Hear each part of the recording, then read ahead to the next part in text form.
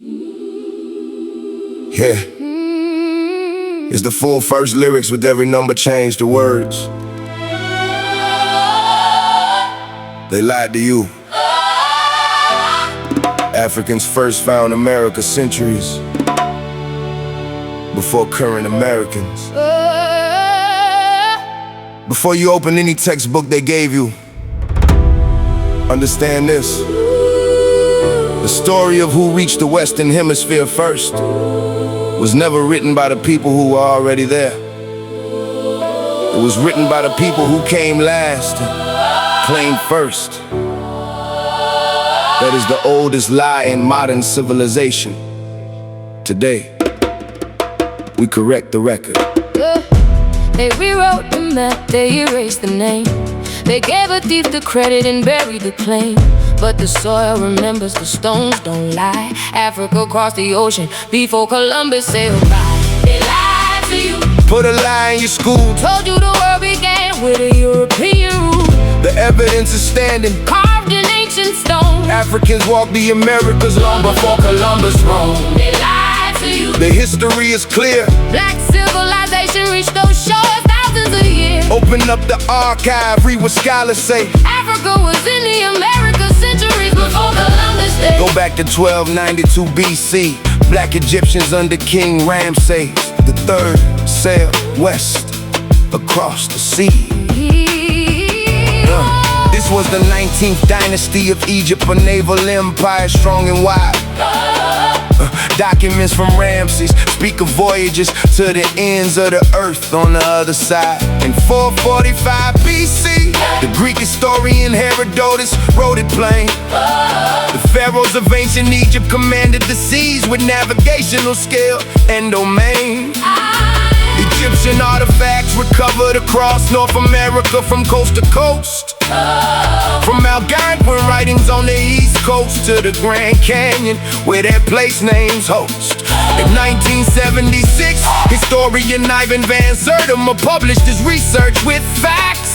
His book that came before Columbus laid out the pre-Columbian African tracks. The Olmec civilization rose in Mexico around 800 BC. Giant stone heads carved with broad noses and thick lips, undeniably African features to see. 17 colossal Olmec heads found carved from solid basalt rock confirm the contact. Eurocentric academia tried to block the truth, but scholars kept the record intact. German toxicologist Dr. Svetla Balabanova discovered cocaine and nicotine in an Egyptian mummy. The remains of Lady Henatawi contained coca and tobacco, and that finding was not funny. These plants did not exist outside the Americas until after 1492. So how did they end up in Egyptian mummies? African seafaring is the answer true. They rewrote the map, they erased the name. They gave a thief the credit and buried the claim. But the soil remembers, the stones don't lie. Africa crossed the ocean before Columbus sailed by. They lied to you. Put a lie in your school. Told you the world began with a European rule. The evidence is standing, carved in ancient stone. Africans walked the Americas long before Columbus roamed. They lied to you. The history is clear. Black civilization reached those shores thousands of years. Open up the archive, read what scholars said. Africa was in the Americas century before Columbus day. In 1311 AD, Mansa Abubakari II ruled the Mali Empire at its height. Larger than the Holy Roman Empire, covering all of West Africa in might. He sent 200 boats first to find what lay beyond the Atlantic shore. One returned, reporting a powerful current pulling westward toward a distant door. So, Abubakari built 2,000 boats, loaded crops, animals, cloth, astronomy, and art. He carried mathematics, religion, and African writing deep inside his sailor's heart. He sailed west down the Senegal River, entered the Atlantic and never came back. His brother Kanku Musa took the throne, and history recorded every track. Yeah. In 1324, Mansa Musa told an Egyptian official during his Hajj in Cairo the truth that his predecessor sailed a great fleet west and vanished. An Arab historian, Al-Umari, recorded the proof. Columbus wrote in his own journal what Native Americans confirmed to him. Black-skinned people came from the southeast in boats. We go tip spears, it was not a whim. Harvard linguist Weiner in 1920 published Africa and the discovery of America to say. Chemical analysis showed those gold spear tips match West African Guinea alloy that day. The Canary Current ran like an ocean river from West Africa straight to American land, making the Atlantic cross a natural for any Mandinka or West African sailing hand.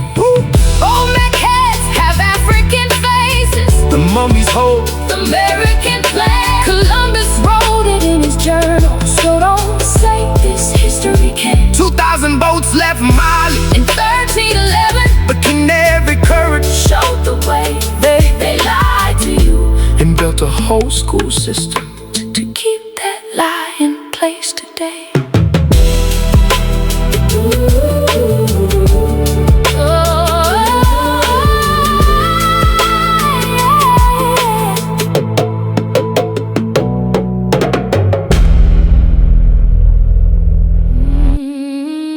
They lied to you, part 2. The evidence they buried. You heard the first chapter.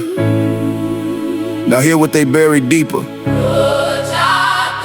Because the first lie was easy. It was the second, third, and fourth layer of suppression that took real effort. They did not just hide the story. They dismantled the institutions that were telling it. Yeah. Let us talk about the cotton in 1969. Botanist G. Carter proved American cotton and African cotton share identical chromosome counts, meaning cross-Atlantic botanical transfer. Happened long before Columbus set sail on any route. The sweet potato native to South America was found cultivated across Polynesia and West Africa centuries before European contact. And the migration pattern traces back to African maritime trade. Archaeologist Andrzej Wiercinski examined skulls found at Olmec sites in Tlatelolco and Cerro de las Mesas. His forensic analysis in 1969 confirmed African skeletal remains buried inside pre-Columbian Mexican graves, not carvings. Not art, actual human skeletal remains of African origin inside Mexican soil dated centuries before any European ship touched that coastline. Maize, the crop that fed entire American civilization, shows genetic transfer patterns that align with West African agricultural timelines, meaning the knowledge of cultivation moved with the people who carried it. The Aztec god Quetzalcoatl was recorded in Mexican oral tradition as a black bearded man dressed in white who arrived from foreign lands across the sea. And Sertima identified this figure as a memory of African contact preserved inside indigenous religion. They buried the bones, they burned the books, they locked the evidence and changed the look. But DNA does not lie, soil does not forget. The story of Africa in America is not finished yet. Yeah. In 1311, a man Inca called the Atlantic the Sea of Darkness, but still they sailed it. Arab scholar Ibn Battuta documented West African maritime civilization and detailed it. The Malian Empire operated universities in Timbuktu, teaching astronomy, law, and navigation science. These were not primitive people, these were scholars and sailors operating with precision and reliance. 30,000 students studied in Timbuktu at its peak before colonialism stripped the alliance. Mansa Musa's 1324 pilgrimage to Mecca was recorded by 14 different Arab historians with compliance, meaning African civilization was so significant the entire Arab world documented it in writing with defiance. So when they told you Africa had no history before the slave ship, that was not ignorance. That was a decision.